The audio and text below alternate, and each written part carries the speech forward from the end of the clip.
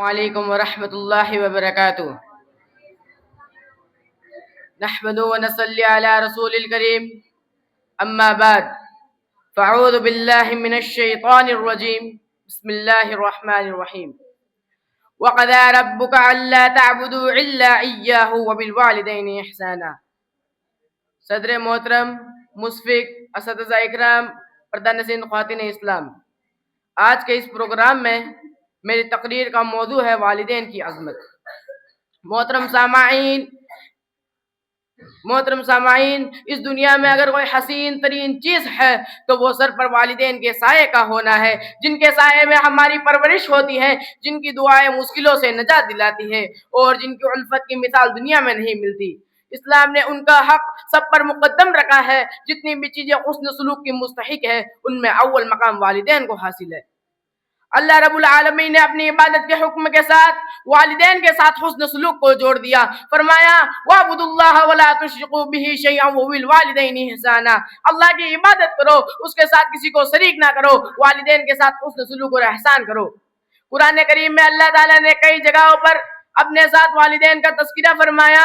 خالق کائنات انسان کی تخلیق کرتا ہے، لیکن والدین کو عدم سے وجود بخشنے کا سبب بنایا۔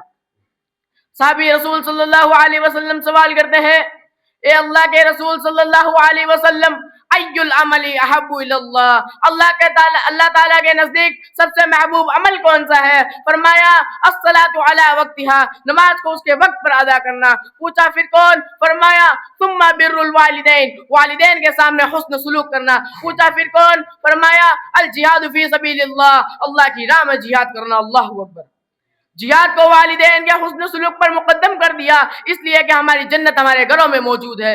بد نصیب ہے وہ لوگ جو گھر میں جنت کو چھوڑ کر باہر جنت تلاش کرنے جاتے ہیں۔ جو بد نصیب ہے وہ لوگ جو والدین کی دعاؤں سے محروم رہتے ہیں۔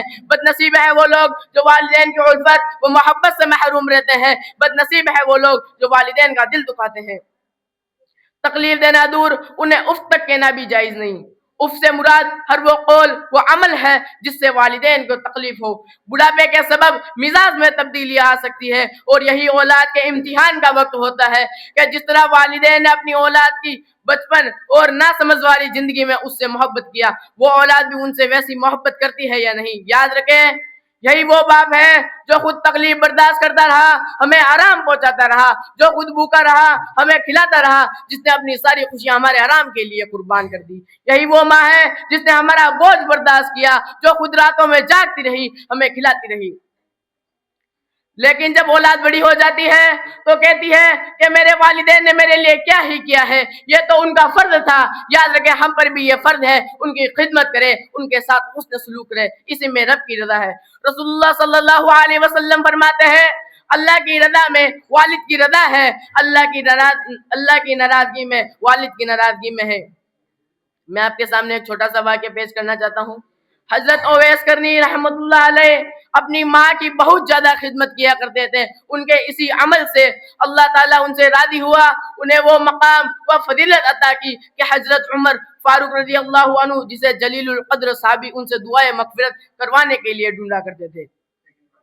والدین کی رضا میں رب کی رضا ہے، اور اللہ تعالیٰ ایسے لوگوں کی دعائیں بھی قبول کرتا ہے جو والدین کی خدمت کرتے ہیں۔